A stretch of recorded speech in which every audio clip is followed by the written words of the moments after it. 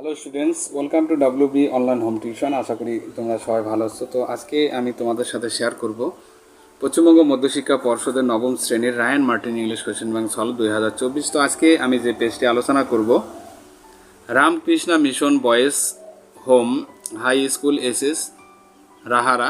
তো পেজ নম্বর হলো 391। তো এখানে একটি রিডিং কম্প্রিহেনশন চিহ্ন আছে। তো আমরা চিহ্নটির কোশ্চেন অ্যান্সারগুলি আলোচনা করব, পুরো কোশ্চেনটির অ্যান্সার আলোচনা করব। আর যারা এখনও চ্যানেলটিতে নতুন আছো তো অবশ্যই এরকম ভিডিও পেতে গেলে চ্যানেলটিকে সাবস্ক্রাইব করে রাখবে। আর যারা আগের ভিডিওগুলি দেখোনি তো অবশ্যই ভিডিওটি ডেসক্রিপশন বক্সে প্লেলিস্টের লিঙ্ক দেওয়া আছে, তো তোমরা সেখানে গিয়ে আগের ভিডিওগুলি একবার চেক করে আসতে পারো। তো প্রথমেই এ দাগে tick the correct alternative to complete is of the following sentence. তো সঠিক উত্তরটি নির্বাচন করব। তো on the rocky wall of the hill there was a and dash place. তো পাহাড়ের পাথরের দেওয়ালে ছিল, সেটা হবে ফ্ল্যাট, সমতল ছিল। রাইট দ্য অ্যান্সার হবে A. Robinson drove the snakes into the ground in a and dash pattern around his tent.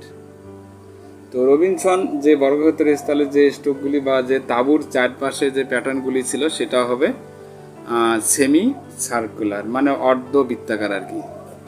Right the answer হবে D. Into the tent Robinson ব্রট। তো তাঁবুতে রবিনসন কী কী জিনিস নিয়ে এসেছিলেন আর কি। তো এখানে stress and provisions. Right the answer হবে সি। তো এরপরে number 4, Robinson emptied the contents in the bag। তো রবিনসন ব্যাগে থাকা বিষয়বস্তু খালি করেছেন, তো এটা আউটসাইড হিজ ওয়াল, তার দেওয়ালের বাইরে সেগুলি ফেলে দিয়েছিল আর কি। তো এরপরে বি দাগের feel in the chart with information from the text. তো টেক্সট থেকে ইনফরমেশনগুলি নিয়ে পূরণ করব। তো এখানে কজ, এখানে এফেক্ট আছে। কজ মানে কারণ, এফেক্ট মানে প্রভাব। তো রবিনসন ওয়াজ সারপ্রাইজড, রবিনসন অবাক হলেন। তো a monk later I discovered green stocks shootings out of the ground. তো এরপরে এফেক্টের দিকে দেখো, after 10 or 12 days is occurred to Crusoe that he would lose the measures of time। মানে 10 বা 12 দিন পরে ক্রুসোর মনে হলো যে সে সময়ের পরিমাপ সে হারাবে আর কি। তো because I had neither watch নর ক্যালেন্ডার, মানে তাদের কাছে কোনো ক্যালেন্ডার ছিল না আর কি, বা ঘড়ি ছিল না সময় পরিমাপ করার। তো এরপরে সি দাগের complete the following sentence with information from the text. তো টেক্সট থেকে আমরা ইনফরমেশনগুলি নিয়ে পূরণ করব। বাই জুন অফ 1660, তো 1660 সালে আর কি জুন মাসের মধ্যে I had gained security of food and shelter. তো number 2, Crusoe made use of the cables by. তো ক্রুসো কিসের দ্বারা, ক্যাবেলের দ্বারা কি করে আর কি। তো I had rescued from the ships around the snakes the manor fence। The narrator resolved to pitch his tent। বর্ণনাকারী তার তাঁবু বসানোর সিদ্ধান্ত নিয়েছে on the flat of the green। তো এরপরে দেখো number 4, Crusoe was completely fortified against the world outside। তো ক্রুসো সম্পূর্ণরূপে বাইরের বিশ্বের বিরুদ্ধে সুরক্ষিত ছিল। In to this tents I brought all my storage and provisions. তো এরপরে 2 দাগের এখানে একটি পয়েম দেওয়া আছে। তো আমরা পয়েমটিরও কোশ্চেন অ্যান্সারগুলি আলোচনা করব। তো প্রথমেই আমরা এ দাগের কোশ্চেনগুলি আলোচনা করব। তো এখানে right T for true and F for, তো টিএফ বসাবো এবং তার সাথে সাপোর্টিং স্টেটমেন্টও লিখতে হবে। তো having seen the great snake the poet and her pals were indifferent. তো মহান এই সাপটিকে দেখে কবি এবং তার বন্ধুরা কি উদাসীন ছিলেন। তো এটা অবশ্যই ফলস হবে, কারণ having seen the great snake we lost breaths to see him pass. The prey was hiding from the snake. তো শিকারটি সাপ থেকে লুকিয়েছিল আর কি। তো এটা অবশ্যই ট্রু হবে। The snake dark and splendid he was gone into the grass that hide his prey. এরপরে বি দাগের অ্যান্সার দ্য ফলোইং কোশ্চেন। তো what is meaning of the phrase fierce intent. তো উগ্র অভিপ্রায় বাক্য অংশের এখানে অর্থটাকে কি বুঝবো আমরা। The phrase fierce intent what smell food fled, leaving from his fire's intent. So number 2, when did the poet and her friends take a deeper breath of day and why?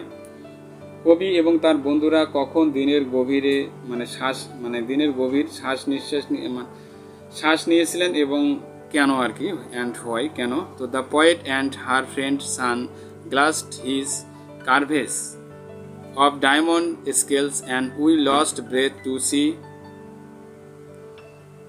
Him pass. তো বন্ধুরা এরপরে এখানে একটি reading comprehension unseen আছে, তো আনসিনটি আমরা সংক্ষেপে একটু বাংলা মানুষে আলোচনা করব, তারপরে কোশ্চেন অ্যান্সার।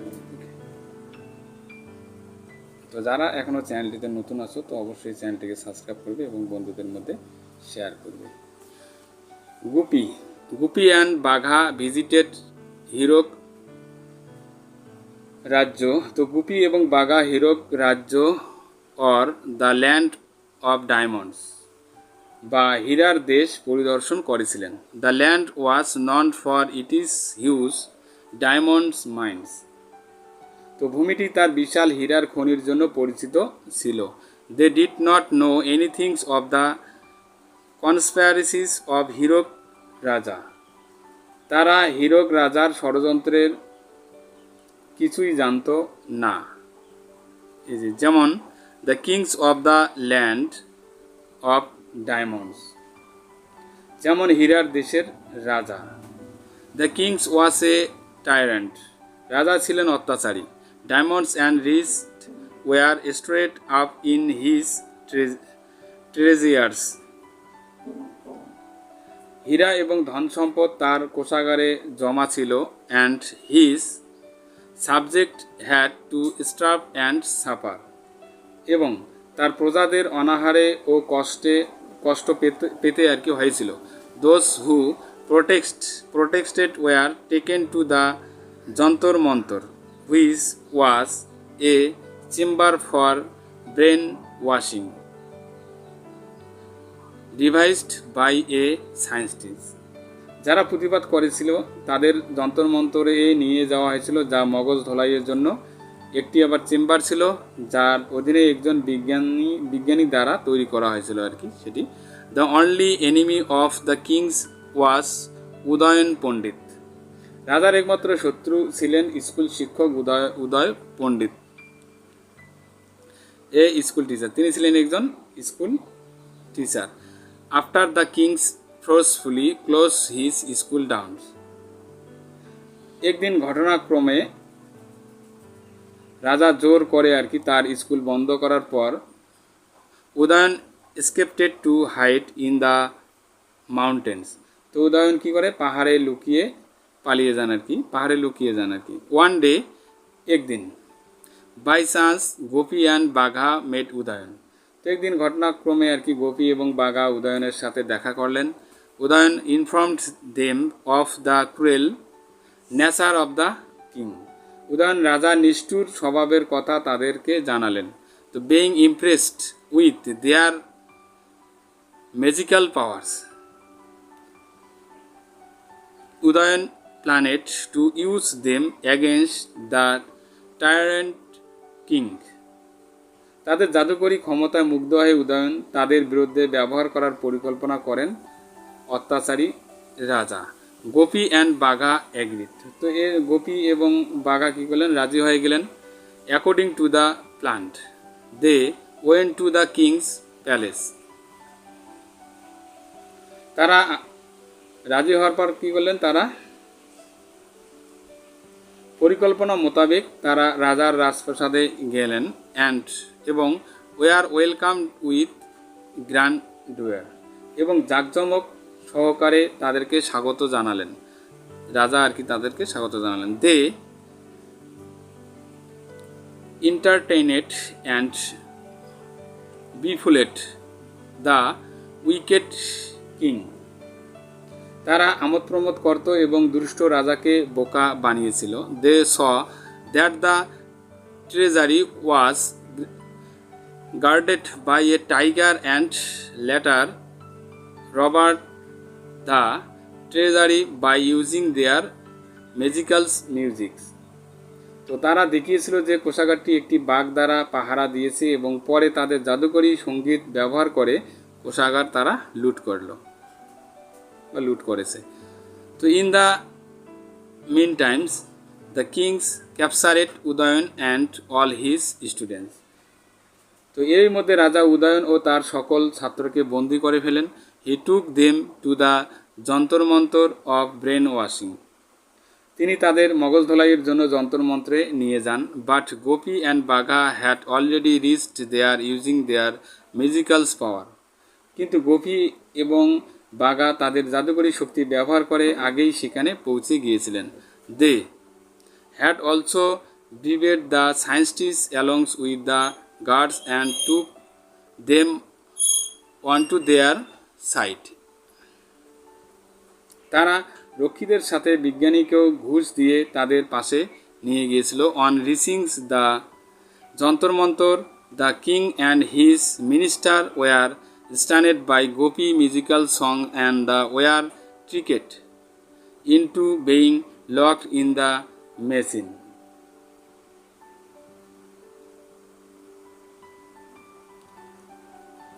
যন্তরমন্ত্রে পৌঁছে রাজা ও তার মন্ত্রীরা গোপীর জাদুকরী গানে স্তম্ভিত হয়ে যান এবং যন্ত্রে আটকে রাখার জন্য প্রতারিত হন। The kings and his ministers were brain washed and they were changed into good people. রাজা এবং তার মন্ত্রীদের মগজ ধোলাই করা হয়েছিল এবং তারা ভালো লোকে পরিণত হয়েছিল। Finally the king's along with the villagers pulled down his own statue situated at the center of the village, ending his dictatorship, and everything became happy and normal in Hirok রাজ্য। অবশেষে রাজা গ্রামবাসীদের সাথে তার স্বৈরাচারের অবসান ঘটিয়ে গ্রামের কেন্দ্রে অবস্থিত তার নিজের মূর্তিটি টেনে নিলেন এবং হিরক রাজ্যে সবকিছু সুখী ও যেন স্বাভাবিক হয়ে উঠল। তো এখানে আমরা আনচিনটি একটু বাংলা মানে সব পড়লাম, এরপরে কোশ্চেন আনসারগুলি আলোচনা করব। তো এর দাগের